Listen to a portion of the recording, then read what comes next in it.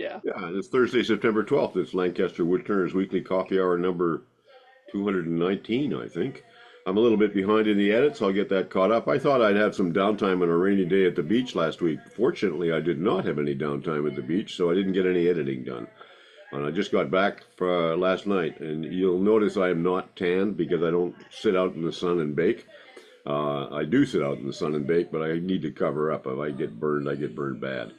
But the beach was lovely, Jersey Shore. Highly recommended. Good morning, all y'all. Did I say my name? My name's John Kelsey. I'll be your moderator. I will post my email address for those of you all on YouTube who'd like to join us to get in touch with me and get on our list. I'll add that to the recording. Well, I'll tell you too, it's editorkelsey@gmail.com. That always works. Good morning. Let's see, who's got some stuff to show besides Belcher? We've been talking about drilling holes into endgrain. Maybe Bowman, you want to lead off on this and explain what the problem is since you caused this conversation? Yeah, I can be guilty as charged. Yeah, I was having some issue with my Steel-X I'm using. That means China built Forstner bits. And I got to looking at why they were wandering and all kinds of stuff and ended up perpetrating a conversation about. And Famag seemed to be the choice I would make. They are costly, but it's a lifetime investment. And if you don't go drilling through 2x4s with nails in them, it's a worthwhile investment. So that's how I came about it. And I think some of you guys were suggesting a number of things related to why Forstner bits wander or why they are good or bad for whatever I was using. I'm using them to drill down through the middle of tall vases, which are at least 9 to 11 inches tall sometimes. So Kai, before we started here, Kai was showing me his drawer, and I said if I visit his shop, I'm going to want to steal that drawer and bring it back with me. It was full of Famag uh, Forstner bits. Kai, do you want to show that to us again? That was a wonderful drawer of Okay. arrangement of them and also wonderful bits. So. It's also he can get bits in half-millimeter increments if he needs them. Wow. Yeah. I Yeah, I not love the the drawer. Part of that's the bits and part of that's Kai, you know. Yeah. So Kai, I got to ask you, what made you decide you had enough bits? um well, the price of them. Okay. Yeah. He has them Once you all. reach about 40 millimeters or 50 millimeters, they get really expensive. So I decided that I only buy them if I really need them. I have some larger ones kept in a different drawer, but with these, I left some room here for additional drill bits, but they are really expensive when you get to the larger sizes. So I decided, okay, that's enough. And I collected them over maybe 6 or 7 years and kept them, as I said, in the original packaging in the beginning, and all of them stuffed in a drawer. And then it took me maybe 5 minutes or so to find the right one I wanted. So I decided to build Are, something purpose made. are So they all the same brand? they are all the same, at least most of them. These are all Famag drills down here. What is And what is the brand? Famag. Famag. Famag, right? Okay. Yeah. So that's a German manufacturer. And these as well, they have carbide inserts, these, and I only have them in increments of 5 millimeters. And the larger ones here are made by Bosch, which I got at a flea market for a good price, because actually Bosch had them manufactured in China, and then they realized that the Chinese ones didn't have the features that they actually wanted. There was the holes weren't the right size or whatever, so they decided to take them out of their program, didn't sell them anymore, and then I got them new at a flea market for a good price, and they have got carbide inserts as well. These are older ones, and these are Famag drills as well, and you get these twist drills with a tip for wood drilling, either rolled or milled, and these are milled ones, so that they are more expensive, but they do them in increments of 0.5 millimeter. So that's really handy sometimes. So I've got them from, I think, 11 or 10.5 to 14, and then from 15 I take the Forstner bits. Yeah, so these are really nice drills, but they cost a lot of money, so maybe you have to take your time with collecting them. Question. Yes. Do you sharpen these Forstner's, Kai? And if so, how? I'll show you in the clip I have later, Sherry. Yeah, we're going to show a video from Belcher. That'll include that. Excellent. I sharpen them using a diamond file, and then I sharpen them on the from the inside out. But maybe it's shown in the clip, and if not, I can go to the workshop, get one of the files, and show how I do it. Hey, Yeah. Well, Belcher, if you got your clip ready, you want to show it? Yeah. Hey, quick question. How much distance is 1 millimeter in English? It's a 25th of an inch. Yeah, okay. I was just trying to get. Between a 32nd and a 16th. Okay, so that's real incremental. Great. Yeah, okay. 0.5 millimeter is a 50th of an inch, so it's in the same order as a 64th. A little bit bigger than a 64th. Yeah. Okay. Dennis, So you try this? You need to let me share, John. You have permission. You just have to do it. Okay. Let's see if I can make this work.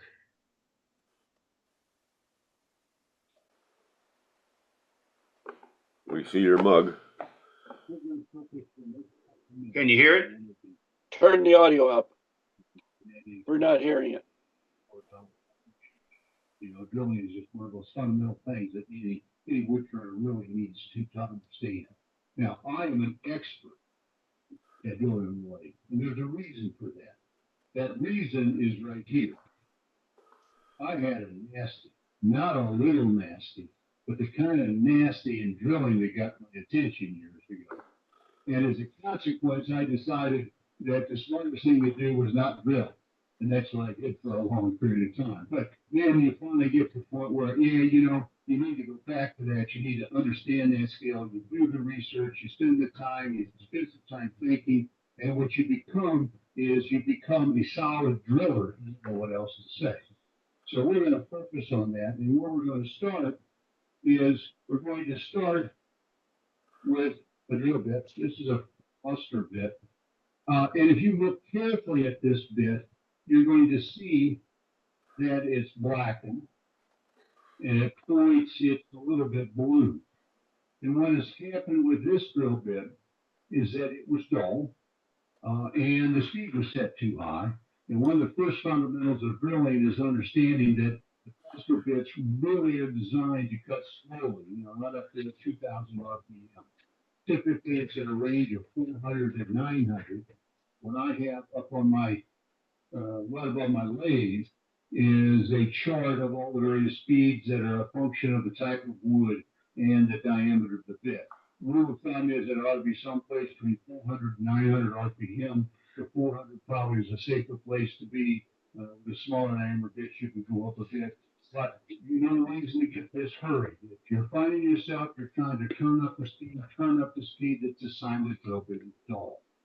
Now, drill bits like this are made out of typically high-speed steel, or a lower grade of steel. There are a few carbide bits out there, but primarily they're made out of steel. And the interesting thing is that, you know, in woodturners, it's drummed into a sharpen your bow gouge, sharpen your bow gouge, sharpen your bow gouge. What's forgotten, because we never quite have the time for it in the demonstration, is sharpening a drill bit. And yet it's the same material, it's high-speed steel. Better quality bits have better quality steel, lower quality, or, you know, go more towards the lower quality steel, just like bow gouges are. But regardless of the quality of the metal, sharpening it is critically important. Now, if you look closely, you can see the blackened part on this bit. And that blackened part happened because of two things. First, the bit had gotten dull. And second, I had the speed up too high. Now, right above my lathe, on my bulletin board, there's a chart. I apologize for that. I don't know where that loop came from. Wood and software, wood, and what the recommended speeds are for this particular set of bits. General rule of thumb is things out when a bit is dull. Heat. You see smoke coming out of a hole, or if you're tempted to turn up the RPM, or if you're tempted to force harder and harder on that wheel and turn it in, all those are signs of a dull bit. So what do we do about it? Well, the first thing we do is to get together the correct tools. What you're going to need is a diamond card. This particular one is from Woodcut that I really like. It has 400 grit on one side and 600 on the other, so I get two sides, two different grits. Same thing you're going to need is a ceramic rod. Now, this is a white rod. That's an indication of the fineness of the grit, and the white is appropriate. The gray rod is simply a little bit too coarse. And that's really the basics of what we need to sharpen the drill bit. So what we're going to do is we're going to take the 600 side of the sharpening card. We're going to put it on the flat, and we're going to go 1, 2, 3, 4, 5, 6, 7. We're going to go over to the other side. 1, 2, 3, 4, 5, 6, 7. Now, the reason I count like that is if you sharpen more on one side than the other side, it has a tendency to make the bit want to curve and go off center. So it's important that you sharpen and remove metal on both sides equally. We'll go a little further with this particular bit and the geometry of this bit. There is another really, really important cutting point right here on the outside. So we're going to sharpen that with the ceramic rod because that area right in there is curved. So we're going to take the curved portion of the rod, put it there, and just touch that point up in there. We're going to do the same thing on the other side. Okay, next issue that we need to worry with is the edge here. We don't want any burrs. We want that to be a nice crisp edge all along there. So we're going to take the side of the ceramic rod and keep it flat against the bed and work the way all the way across. So the other side, do the same thing. And we're done. I got to tell you, it's amazing how much difference that makes. Now, what I found is that after I've done that 10, 12 times, it doesn't seem quite as sharp. And what typically happens is that inadvertently, we've kind of lost some of that edge. So when that happens, my practice is to take the bit, put it into a vise. So now it's held steady, and I can take two hands to control the angle of the card. And I would drop down a grit from 600 to 400. Take a half a dozen swipes, take a half a dozen swipes on each side, and then go back to the 600 and do the rest the same way. It seems like that once you do that with a vise and you can use two hands to control the angle, it makes it easier to sharpen it going forward. Now, it's quite probable that some of you out there don't have that type of bit. You have a bit with this type of geometry. It's the same basic thing. We're going to go into with a 600 grit, and we're going to dress the main cutter of the bottom, go to the other side, dress the main cutter of the bottom. Now, what we're left with is all of these points, which are critical to the cutting process. And to do that, I'm going to use a triangular ceramic rod. What I'm going to do is go back in and find that point and dress it.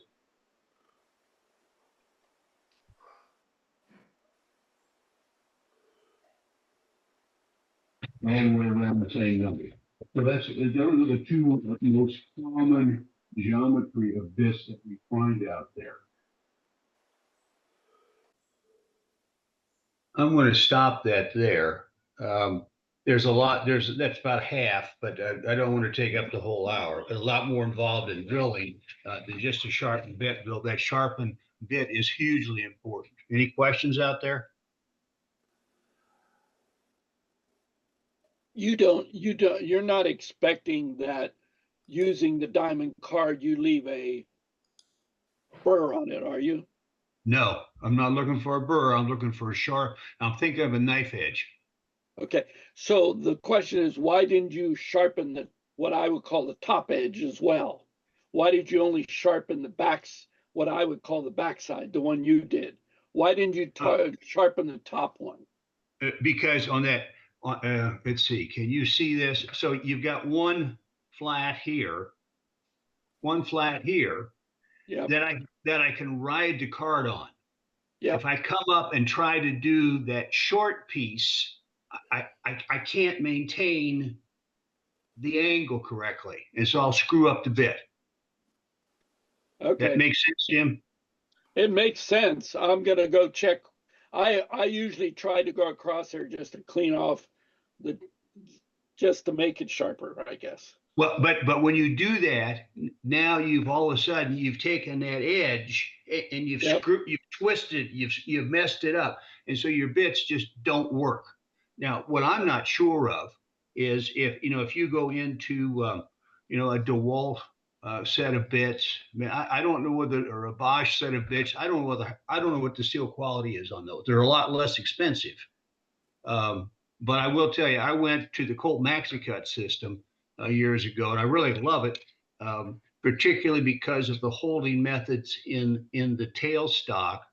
But unfortunately, they went out of business. So I kind of where Kai is. That looks to be the best one out there today. Hey, the other thing, which is an aside, but maybe you would address it at some point.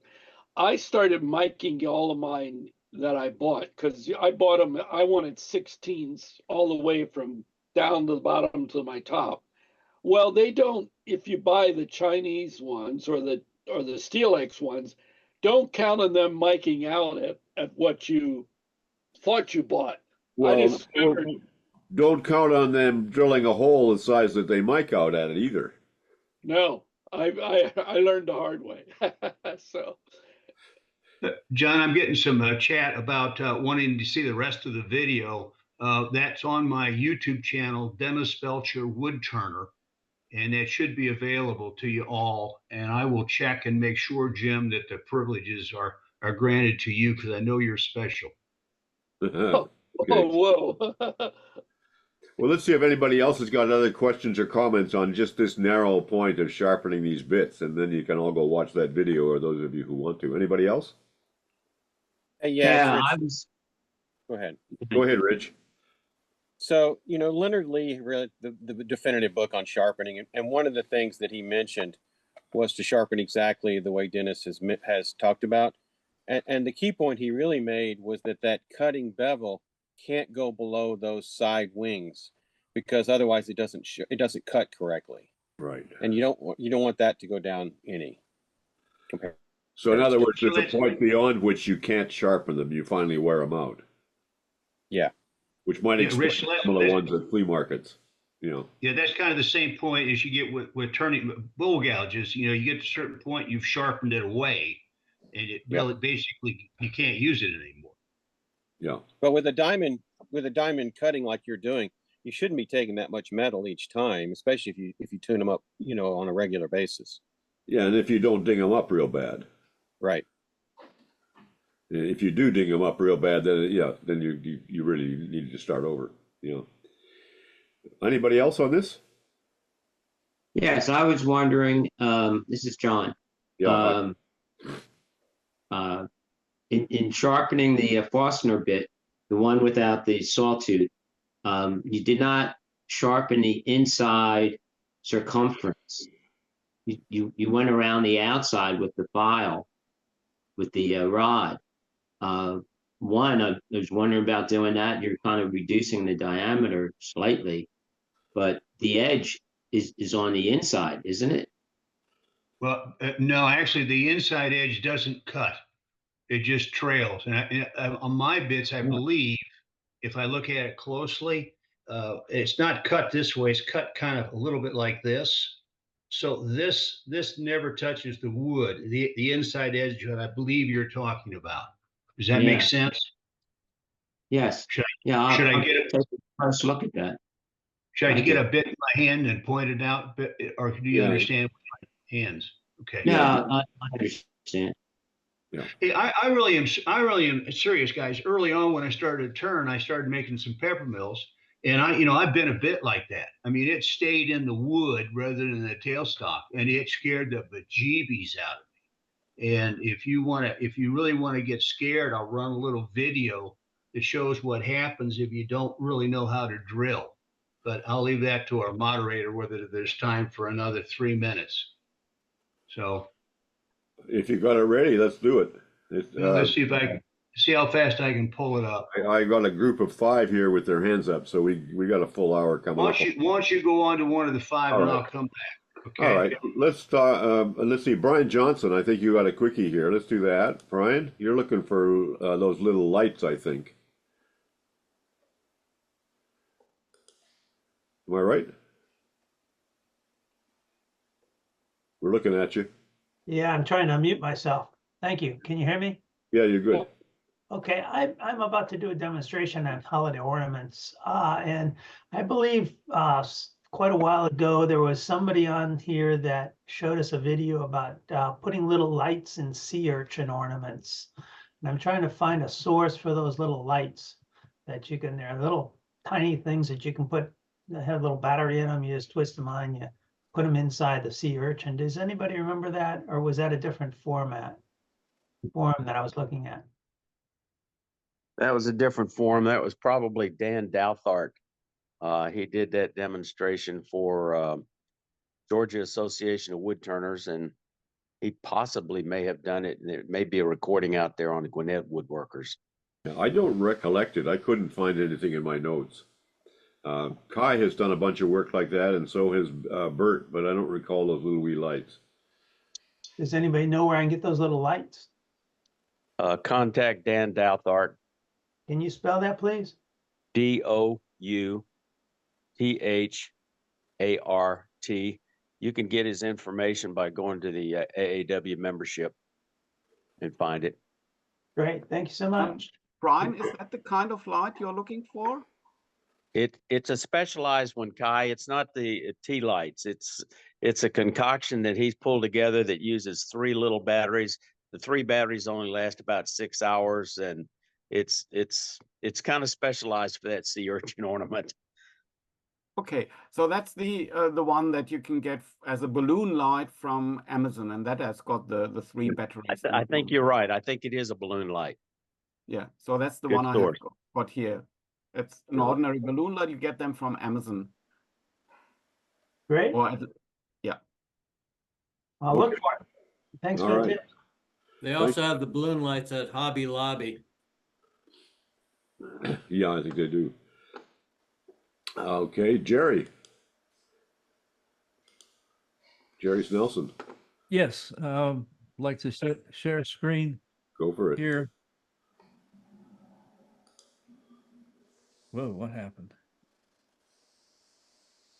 I don't know what can you see? You. Me. So it's not working. Now we got it. Okay. As you can see, this is not a German smoker. I wanted to get back to my one true love, which is sanding. So just kidding. And I just did some fairly simple, all cross grain bowls and boxes, and mostly with wood that Gerald gave me, frankly. So here's one that I painted black on the inside and then rubbed most of it off. And Well, wait a minute. What do you mean painted blood? What is going on there? Acrylic paint with a brush. Is that on top of the black or under the black? No, the black, it's black paint on sanded wood, and then rubbed a little bit so that most of the black stays. So where does the color come from? Oh, the colors. Let's see. Do we have it back? Yeah, we look at it. Okay, you mean this color around the side? Yeah. Oh well, that's Sonja iridescent paint over black paint. Over the black. And then, okay. And then blown around with an empty airbrush. It's very, very quick and easy to do. You just dab it on with a stick and then blow it around. And if it gets onto the bowl, you just blow it off of the bowl.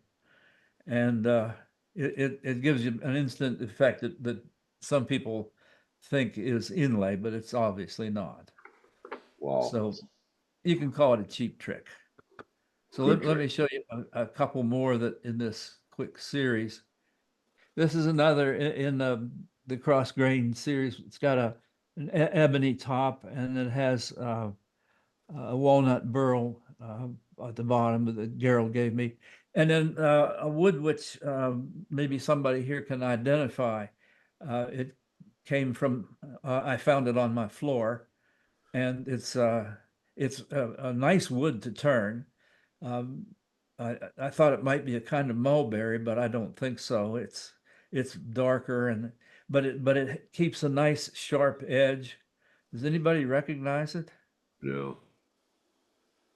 Okay, it doesn't give you much. Well, anyhow, No, you're gonna have us really guessing if we're looking at the video picture that we're straining to see in the first place. So Gerry, guesses are suspect. Gerry, I looked at that on Facebook, and the end grain looked a lot like Ipe. Oh, okay. Click on another So one. what do you see? We see a little folder with 5 pictures in it and a close up of the painted rim that we saw a few minutes ago. Okay. I thought this was the one. I thought this is the one you saw a minute ago. We haven't seen that one yet. Oh, well, I was talking about this one and looking at the other one, so I apologize. So forget everything, erase what I just said. Well, tell us about this one. This is the black that you sanded off. This is the one where I painted the inside black and it came around the rim and rubbed off some of the black so you could see some of the, some of that grain. Something's been added to my computer lately. It's your mouse. It's a new mouse, and it's got a mind of its own. It's, all right. So well, at any rate, the other bowls sort of look like each other. I don't know if they're being worth pulling. Okay, there's another one. So you can see the other one that's got the mystery wood, and this one is I think that's cherry, or it may be maple. But at any rate, I think you've seen the 5 of them, and that's all I wanted to do is show you that what I've been doing lately. Let's see if we got any questions for you. Any questions or comments for Gerry besides loving the paint? Dave, I have a question. Gerry, what was that color? The brand or the brand? Yeah, I mean, the effect is beautiful. Well, thank you. You can find it at most hobby shops, and it's J-O Sonja. And the best is to buy a little set that gives you 5 colors, I think, and it'll last a long, long time. And you can put it on almost anything that's round that you can, but first you have to paint black underneath. You won't see anything if you just put the paint on. And if you dab from 6 different containers of that paint, they'll all look the same. You can't really tell until you put them on top of black, but it's fun to play with. So I recommend it to everybody. The nice thing about that, Gerry, is you can use it on a vertical surface, which you can't do when you're doing an epoxy track with grit in it. Exactly. Okay. Yep. Anybody else? Joe, were you trying to jump in here? Yes. What colors did you use?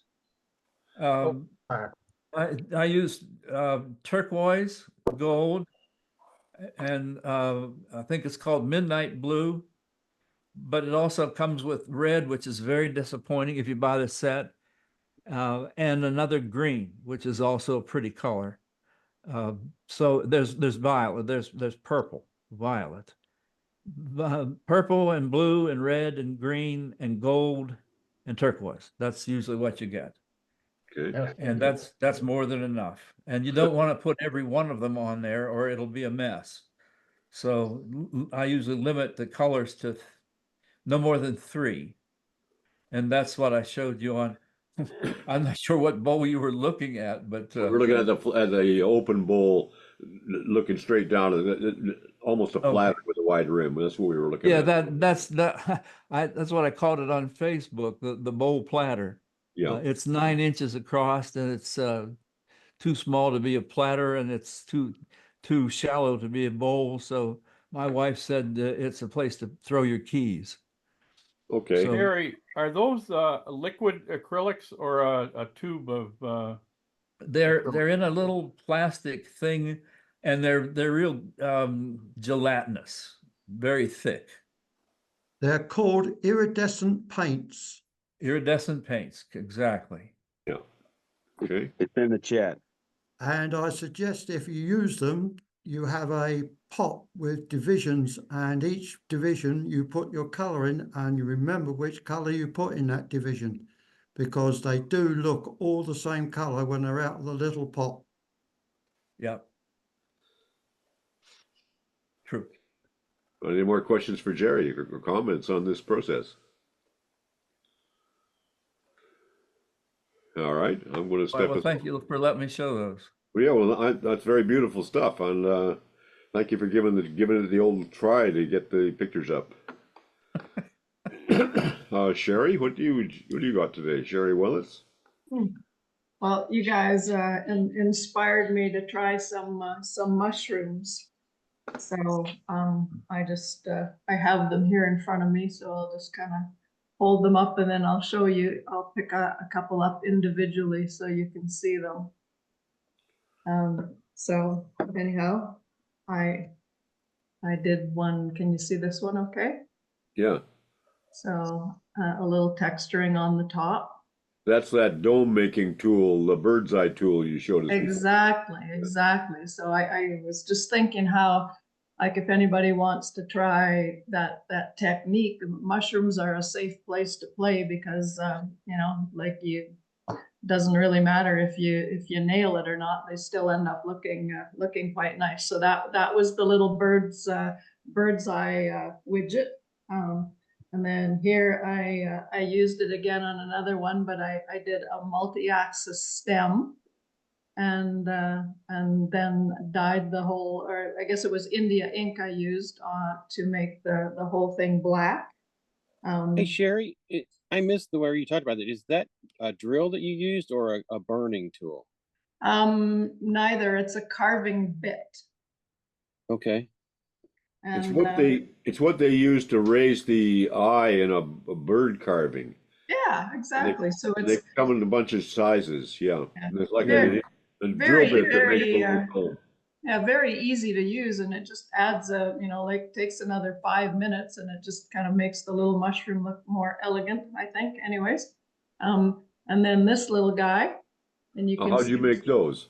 So that, so last week you guys talked about like what would happen if you put orange dye on walnut. So this is walnut, and I put orange dye on it, and then those little spikes are just, it's very, very inexpensive little tube of, it's called 3D fabric paint.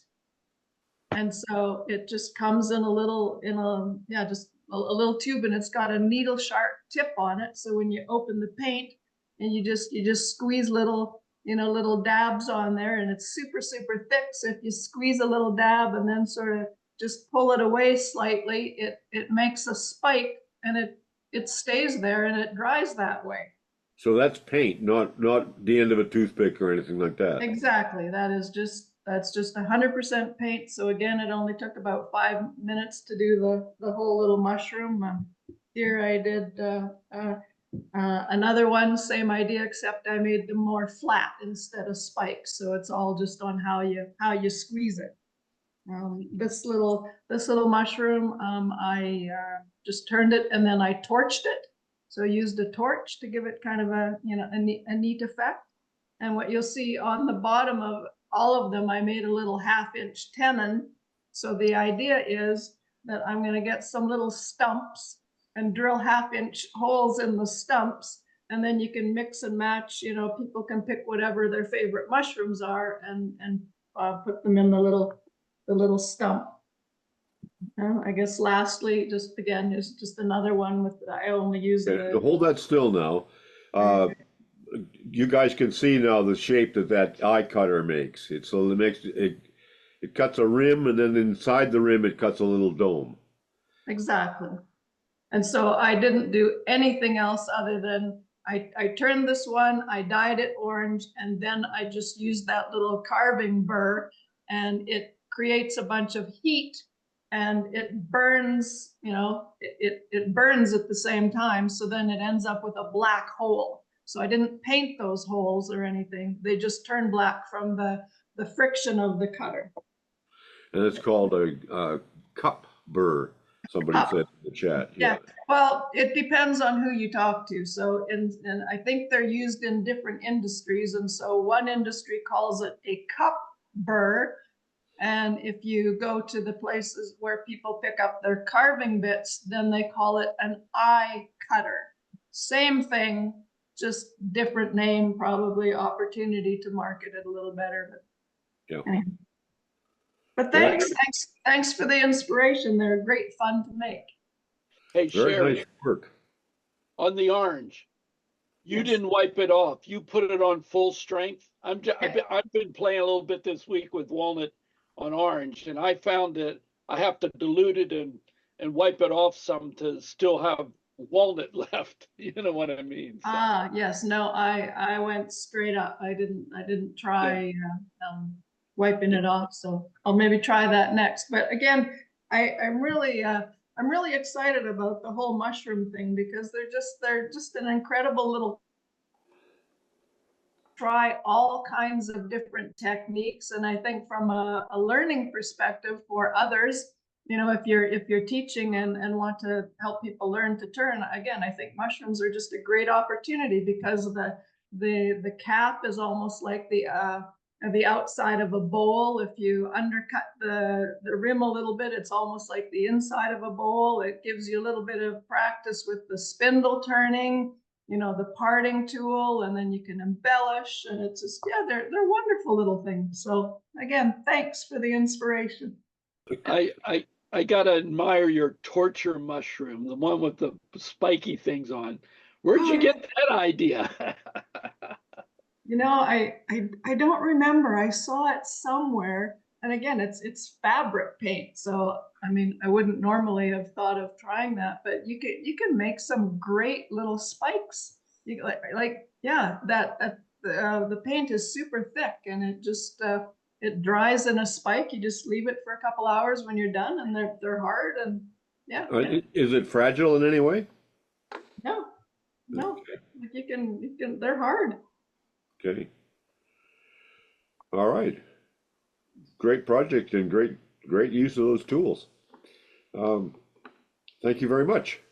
A lot of comments in the chat if you want to look at the chat about what these things are called and where to get them. And I'm going to go to Ernie next. Mr. Conover. You're muted, Ernie. You're muted. Yep, I just unmuted myself. Good. And I wanted to prove to you folks that people do turn other things than bowls once in a while. And we do a fair, Susan and I, my wife, every Labor Day for 5 days in what's called a heritage building, in which we're supposed to interpret craft as it was done before 1845. And so I'd like to show you what I came up with for our booth. Susan wanted to have a rack where she could display her weaving and sell it. She tried a commercial rack, which was $200 and was terrible. So we sent it back, and I had this base here for this distaff. This is for spinning flax, and the flax is woven around the bird cage there. And I have a little wedge which locks it in place at the right height, and I turned this whimsical little hammer for it. So borrowing that base, I took another piece of cherry and put it in the lathe, and I made up this jig which drills a 1/2 inch hole, and I have a cross. Is that right at center height? It's exactly on center line, and this keeps it square to the center line. And I spaced off 1 inch increments in pencil. And then I use the dividing head on the Powermatic here to space each hole 1/12, which is 30 degrees. And I just indexed it around the pole. I made, I think, 22 holes. And you can see right here where I forgot to index it and drilled in the wrong place. But we won't talk about that. And at any rate, that's the finished piece. And I used General's bowl finish on it, which I've been trying. I'm kind of impressed with the finish, and it doesn't seem to dry in the can as bad as others. I'd love to hear anybody else's experience on that. So there it is. And then I started turning 14-inch shafts for it, which I decided not to glue in. They just are very tight slide fits. And when we install them now at a show, we just wet the tenon very slightly, and it stays there for the duration. And so there's Susan in her booth dressed up in period costume with her floor loom here. And you can see back here the display thing with her weaving on it. And there I am in my booth showing woodworking before 1845 in my period costume. And that's it. Now, are you showing turning there, or you're showing cabinet making? You got, that's a molding plane, yeah? Yeah, that's actually a rabbit plane, a very nice handled rabbit plane I have that I use a lot. It's better than most even really good Veritas rabbit planes. It has a depth stop. It will do a cross grain rabbit with a nicker right here that you can bring down to do cross grains. This is one of my sewing, or one of my wall cabinets that I use as a teaching piece. This is one of the nicest ones I've ever made. I've made about 80 of these in my lifetime. And this one has a linen fold panel carved into the front of the door panel, and it's made from curly sassafras. The molding was pushed with hand planes. How deep is that cabinet? It's 12 inches deep. 12 inches wide and 12 inches deep. Yeah, no, actually it's 6 inches deep. It's 12 inches wide. That's what I'm looking for. Thank you. Yeah. And Hey, the Ernie. knobs are ebony with elephant ivory in them. Hey, Wow. Ernie, my mind's on drills. What was that drill bit you were using to drill in the side? I'm just wondering. The drill I used for what? For drilling in the side of to make your holes to hold the rack pins. You had It was just it was a Brad Point twist drill. I don't think they're made anymore. They were German. I bought them years ago, and I've sharpened them faithfully. They're easy to sharpen because they just have one land on them, and a nicker and a Brad Point. They beautiful drills. Yeah, I think I forget the name of the company's making them again. I've seen the Brad points that look like that. That's the reason I asked you. Yeah. It's the sparling that looks like that. It clears particularly well too. And this is just a homemade jig. What I do is I take this after I've made the gizmo up here. I just put a 60-degree center in my tailstock and scratch a line on each side. Then I put it in a drill press and drill on that line so that I have a hole through it dead square. Yeah. And then I just put it in and start drilling. And these will do, with this bit, they'll do 50, 60 holes without it getting out of whack very much. Other questions for Ernie? I have one on the on your drill jig.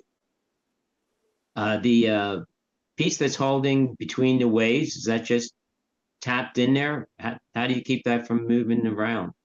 I put some glue on it, bring it square with a square, and then put two 18 gauge brads in it while the glue dries. And during drilling, all I do is put my palm down on it and put my weight over it and drill. Okay, wow, nice.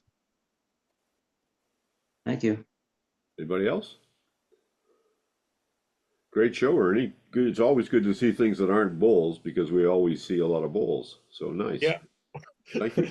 I'm waiting for the cherry on the top. It's actually already aged up to a much better match with the base. It'll get there in time. Oh yeah, yeah. It'll darken up nice.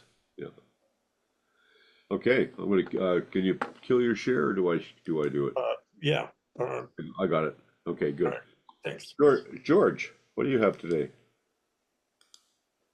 Well, I'm afraid I have a bowl. I knew that.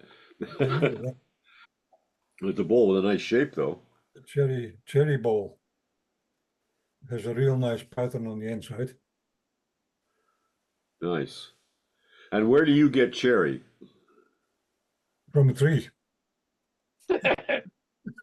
I mean, cherry trees grow in Calgary? Is that where you are? No, I'm in Ontario. Oh, you're in Ontario. Okay. Lots of cherry trees. Yeah. Well, it's a nice bowl and nice shape inside and out, and a nice foot too. Yeah, it's a bit small, but I can't turn it way, otherwise I end up with a funnel. So yeah, it's only about a quarter of an inch wall thickness. And what are you going to do with that bowl? Well, it's going to be used as a salad bowl, I hope. But I mean, by you, or are you going to give it away or sell it? What are you going to do? no, I'll give it away. Okay. Comments for George? Looks like everybody's dumbstruck. They love the work. Don? That's all I have. All right, Don Smith. Hi. Well, I've been asked to make some fruit for somebody. I see George is still up. Yeah, we got you. You're good. I had you on Spotlight. I'm going to get you back on Spotlight. Just a second. All right. Wait, those are wood? They are wooden bananas. How'd you make them? On a bandsaw. There's a real one.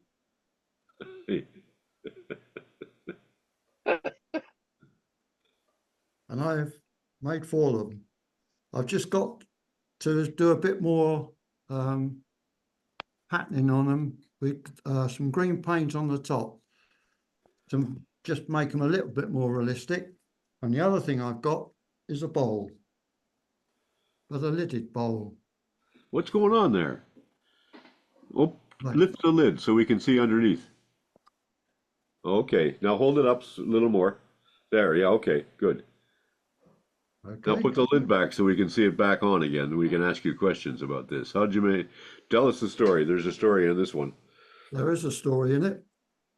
The edge is actually scalloped using a Robert Sorby texturing tool, the large one. And then it's, after it's been done, it's sprayed black. And that is done before you turn most of the bowl. And then the lid. And of course, there's the base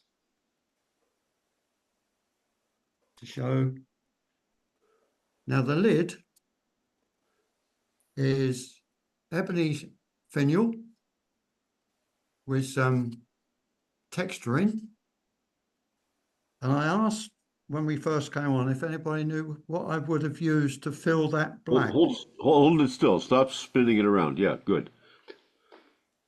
What did you use? Any ideas, anybody? India ink.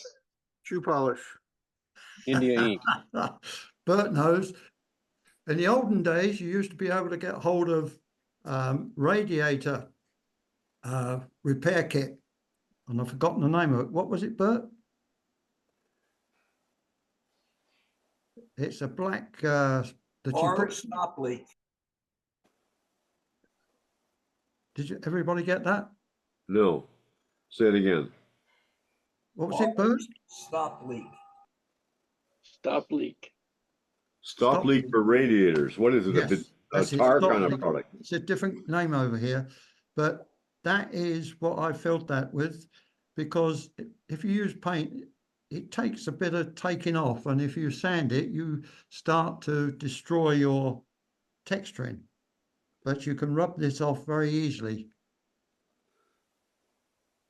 And you got a little hat, and then I don't know if you can see. Can you see the inside? Yeah. A little bit of a finial on the inside button as well. And that is separate to the top finial, and they're joined together with a very small spigot between a hole in the top and a small spigot on that little piece, and then glued into the lid. So what is this bowl for? Just a competition piece. It had to be a lidded bowl, so I did something different to most other people, and it really is just a decorative bowl. It hasn't got much use, except if you wanted to, you could put something inside and keep it hidden. And what's the final finish? What's the finish on the wood that we can see? On this one, it is just acrylic, satin acrylic spray. So that's texture that with? Pardon? What did you texture that with? The Robert Sorby texturing tool. The dome. The dome. No, texturing tool. Okay. The dome and the rim are done with the texturing tool. Yep, the rim is done with the texture. The other one's done with the mini little gem micro. Is it called little gem? Which is done on the. You have the cutters, and they're held into a spigot with magnets in the bottom of it. But the Don, top, they don't make that really coarse Sorby wheel anymore. That's an extra additional coarse wheel you got, isn't it? yes, it is. Yeah, I'm not sure they make that anymore. All right. Well, it was with all the kit that I bought. There was 3 cutters, 2 Okay, the texturing one and I've got. They there was also used to sell one that was even coarser. right. But what I do is I turn the bowl round and release some of the base when I've got it up. It's turning that way, of course. So I just relieve a bit of the back here so that the rim is probably about 3/4 of an inch.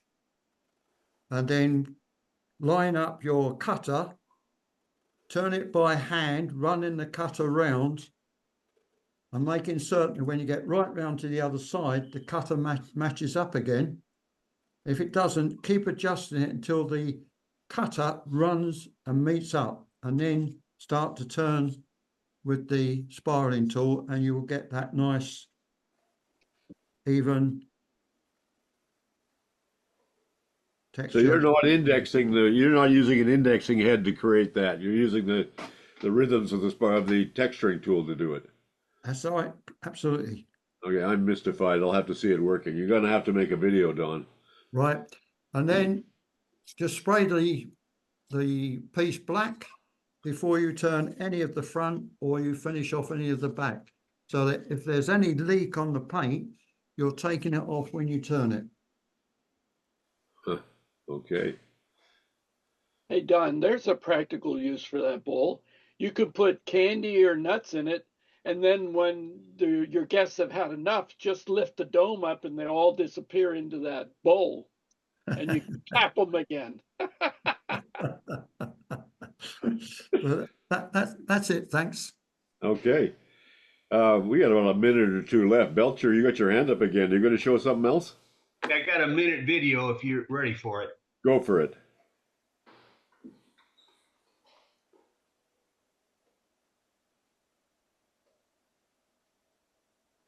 What is going on here?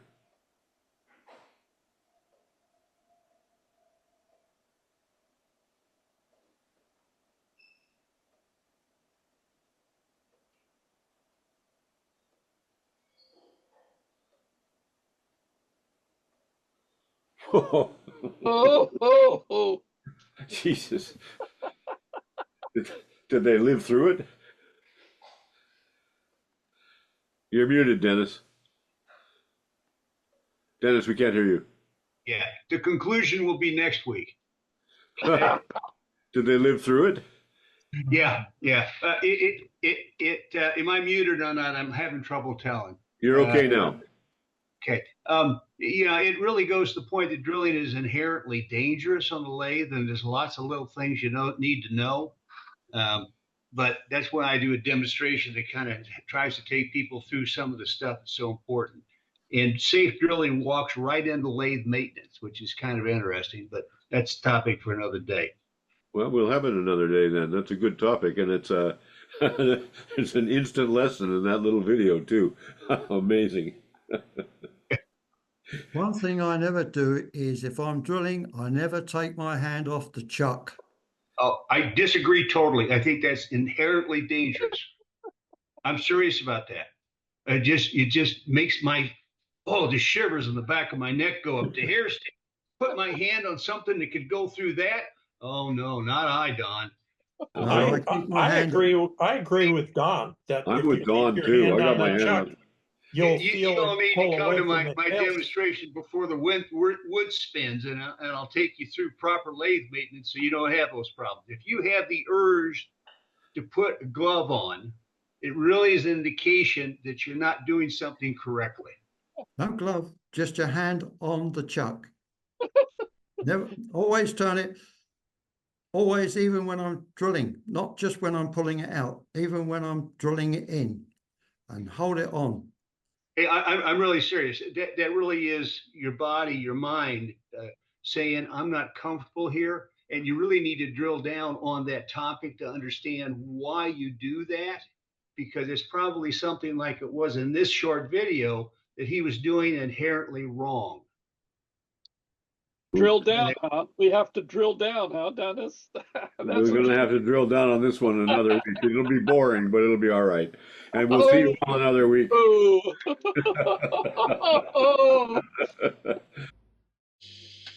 Wood shop. Thank God for wood.